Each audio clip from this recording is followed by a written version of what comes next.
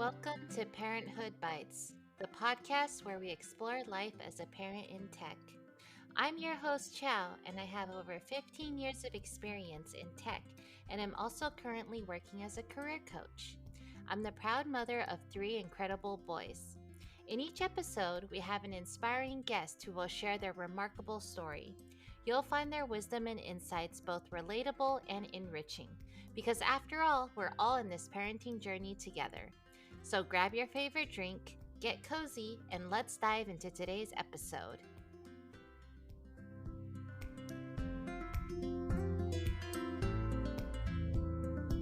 Hi everyone! Welcome to episode 85 of Parenthood Bites. We're back with Klaudia McDonald, whom we spoke with last week on episode 84. Klaudia is the founder of Bobo, a supportive platform for modern parents. Hi Klaudia, welcome back. How are you today? I'm good. I'm good. Thank you so much for having me again. Yeah, thank you so much for being here again. So last time we talked about, you were starting off your business and how you got into tech and things. So now I thought it would be neat to just talk about, how you've been raising your kids while your business has been evolving as well and how your life has shifted. I was curious, how has your work life changed since you became a parent? I think there is definitely a fair amount of changes to like how my day operates. I cannot sit in the office from 8 to 7 p.m. anymore. I need to do a school drop off at 7:30 or 8, and then I have to go to work, but I have to leave at 4. And that's fine. I think it's a finding a new balance, a right balance for you. It's very important. Definitely from our side, having our own business is slightly easier because there is a bigger flexibility on that front. But there is a lot of work that's happening after the kids go to sleep or on the weekends, whenever we can free up the time to fill out the gaps that we couldn't attend to during the week. Having said this, I've spoken with a lot of my friends and even myself. When you know you only have the 6 hours in the office, you're very productive. You can be really productive, right?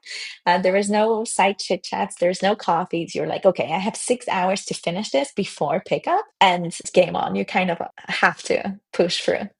Yeah, I've heard a lot of people mention like ruthless prioritization. 100%.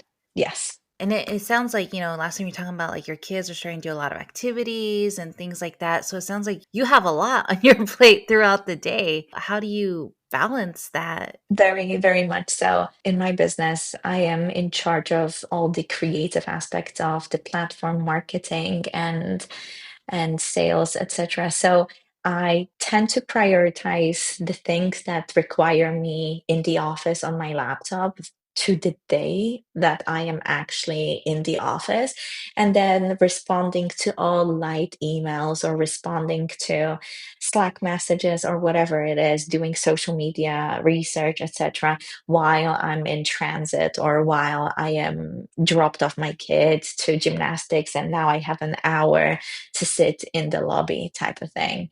I think finding your right balance of knowing what activities you need to do from the office, what activities require a bit of less structure, really helped me to be like, okay, during this time I have to do this, and during the other times I can be a bit more flexible with that. That makes sense. So really being intentional about when you do which responsibilities and which tasks. Very much so. Obviously, from my side, I'm sure that advice is not particularly useful to typical business owners, like brick and mortar type of businesses. But I run a tech company, so a lot of my time is sitting on a phone going through emails. So there is definitely benefit to that, and there is definitely a bigger degree of flexibility in this.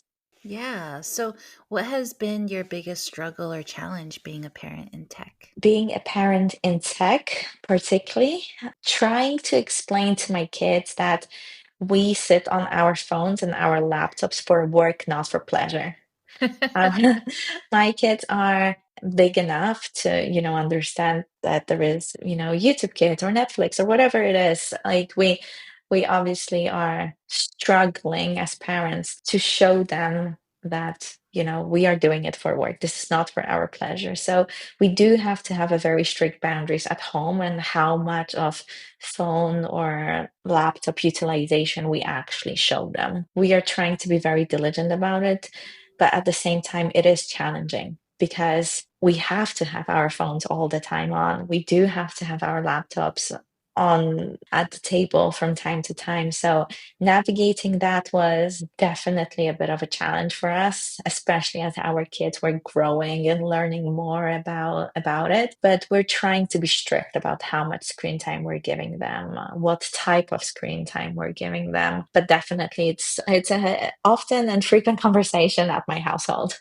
Yeah, I mean, to them, they can't tell a difference, right? They're just like, "Well, you're on your computer. Why can't I be in front of a E- screen?" Exactly. And that it's funny enough, but it even things like Kindle. I read my books on Kindle. Like my youngest is like, no, you have an iPad. Like, why do you have an iPad? And I cannot have an iPad type of conversations. But we try to speak to our children as they are our equals and trying to explain it to them what each of the things that we're doing are, why we're using our phones, why mommy and daddy sometimes have to take a call during the dinner. Obviously, it's not easy, but the reality is we do run a business. We have a team of employees. There is a fair amount of responsibility on us. So we're trying to manage this to the best of our ability. Right, and just constantly explaining and re-explaining things to them and helping them understand that. Exactly. It's neat. So, on the flip side, what would you say is the biggest benefit in being a parent in tech? I think the flexibility of work from a perspective of time commitment, but also location. You know, whether I am in town or whether I'm working from a nicer, warmer destination, it's not making much difference from a perspective of, my work quality. I can work remotely. As soon as I have access to internet, I can work from wherever. So there's definitely benefits of that when having children and working in tech. And so, you may have touched on this earlier a little bit, but what is your approach to work-life balance? I don't really have that. And the reason why I'm saying this is because I really enjoy my work. I went through, obviously, throughout my life phases where, I was employed for somebody else, and there were ups and downs of how I felt during that time. But everything that we're doing right now at Bobo has a very strong personal mission to us. We love it. We love all the stakeholders that we're working with. We are very passionate about the solutions that we're bringing to life to make parenting easier. And work doesn't really feel like work to me at this point. We are in this business together as husband and wife, as our children are the ultimate motivators and behind the business. So I wish I could give you a better answer from a perspective like how to manage work-life balance in that space. But to me, it's my life is my work to an extent. And I love that you love what you're doing because I think that that is the dream, right? To have a job that you really love and you feel so passionate about, and I love that you found that and you have a partner that you can work with through that. That's really awesome. Exactly. And we've met so many stakeholders throughout our journey that are equally passionate about supporting parents. In Canada, we have a great and strong relationships with different children's hospitals, with children's research groups, and all of those people that we have met on our journey are equally passionate about supporting parents and improving children's health. And if not for this business, we wouldn't have met them. I feel very much privileged, but also empowered and very much happy that I have met them because they are individuals that inspire me to push through this journey. That's really neat. How did you go about, starting with building these relationships? Because I feel like that first reach out, that first, thing is the most difficult. Oh, I'm ruthless on LinkedIn. When I set my mind to get in contact with somebody, there is nothing stopping me. I will be very diligent of cold outreach. I will be very diligent of trying to find mutual connections, to do warm introductions, going to networking events. It requires a fair amount of effort, but it pays dividends. That's very inspirational in itself. And you talked about earlier, starting your business during the pandemic, having kids. Can you tell me a little bit about that journey? During the pandemic, we had our first child, Lala. She was the inspiration of starting to even look at this problem space. Through that time, we have interviewed around 200 parents in Canada, trying to understand what are truly the pain points. Like we can understand our own, but are they truly aligned with the wider population? So we have put a lot of focus and emphasis on ensuring that we hear a fair amount of feedback before we start and building solution to ensure that we are actually building the product that people will need and utilize going forward. So we have started with that and it snowballed from there. We started to speak with people who were very much like-minded. We obviously had technical experience to start building it. We hired our first employees and we started developing the platform. And then I think it really started to shape when we took our first investments on. We started to build relationships, like I said, with hospitals, started to build relationships with local pediatricians, etc. And we started to grow our wait list. We wanted to ensure that before we actually launch, we're going to have a strong wait list to launch the product too. And the wait list reached around 1,000 people just before we even launched. And then we announced our launch, and from there, we have been growing pretty much 100% month on month, supporting more and more parents across Canada. And, we're taking every day individually. You can have the North Star, you can have all the plans, but business will throw different things at you. There will be new opportunities, new challenges. So you kind of have to take it day by day. But I mean, with the pandemic and everything, did that hinder some of that? Like, how were you able to? Because I imagine it's harder to network. But I guess if you're doing it on LinkedIn and things, it's okay. But did it negatively impact you at all? Or I wouldn't say that it's negatively impacted us from a perspective of, getting connections. I think definitely it's more easy to build those relationships in person, but the reality is that we are sitting in a smaller town in Canada. We are not in Toronto, we are not in Vancouver. So the reality is that we always have to depend on fair amount of remote connections. So definitely LinkedIn and mutual connections were very helpful. Where I think pandemic affected us is with the financial raises. There was a time around 2021 where the markets were very positive and it was very easy to raise capital for tech solutions.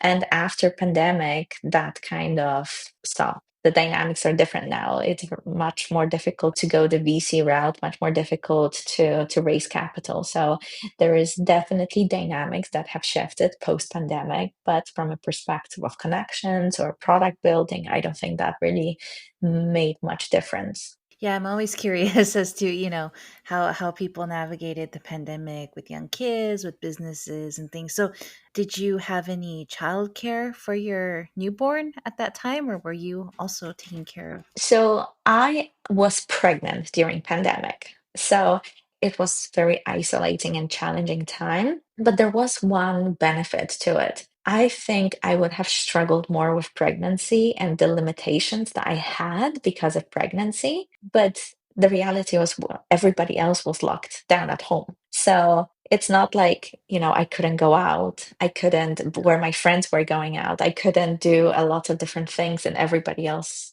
did.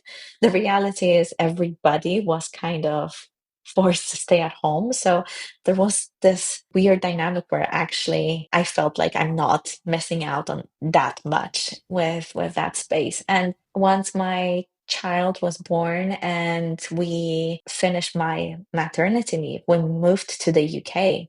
And UK didn't have that strong of restrictions anymore at that time. So I actually went from a very strict environment in Canada where everybody was socially distancing, everybody was wearing masks. And then I land at Heathrow in London and there is 5,000 people and nobody wears masks. Nobody is like doing any restriction. So I actually went through this massive shock of, okay, I just spent a full year being borderline kept away from everybody especially during pregnancy, we're trying to stay safe. And then I landed in the UK and there was like COVID never happened. Wow, that's such a shift. That's so extreme. Yes.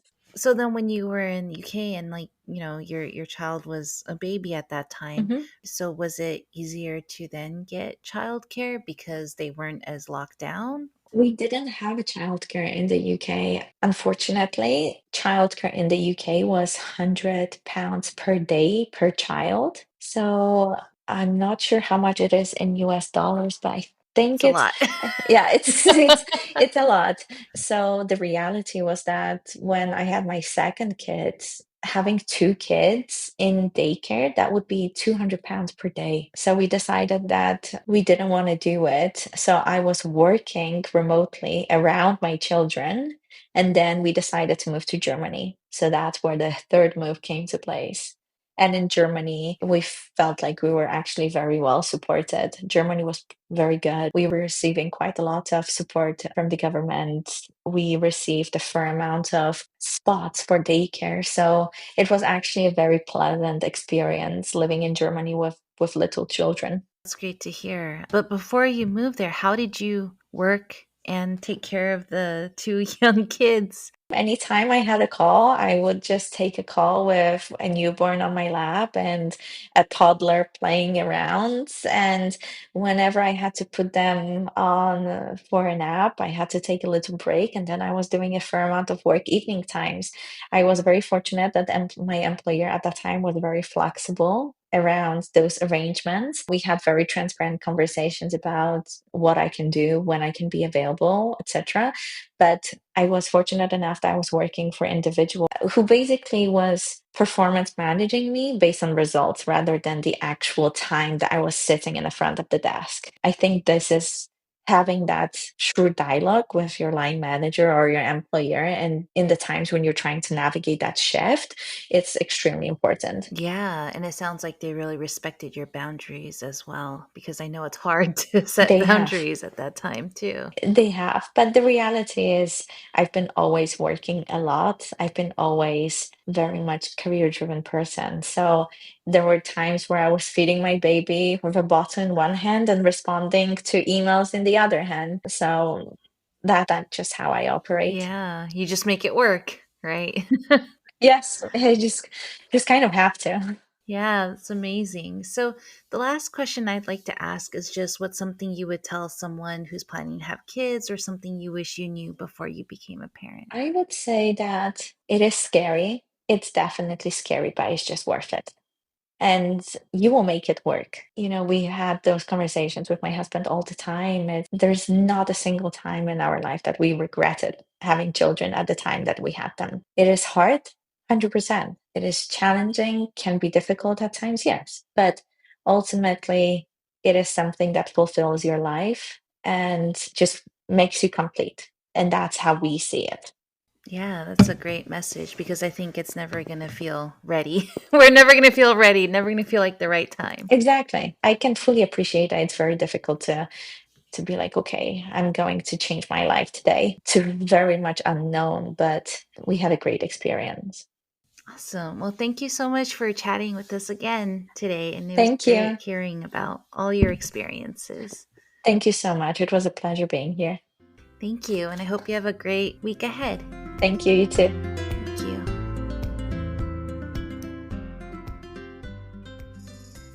Thank you so much for joining us today on Parenthood Bites. We hope you found our episode informative and entertaining. If you're a parent in the tech world or know someone who is, we'd love to hear from you. Please reach out to us at chow@parenthoodbites.co, and we'll be thrilled to add your experiences to our interviews. That's chow, CHIAO, @parenthoodbites.co. And to our potential sponsors out there, if you're a business or know of one that would like to support and partner with our podcast, please don't hesitate to get in touch. You can also reach us at chow@parenthoodbites.co. Thank you once again for tuning in, and we wish you a fantastic rest of your week. Until next time, take care and stay curious.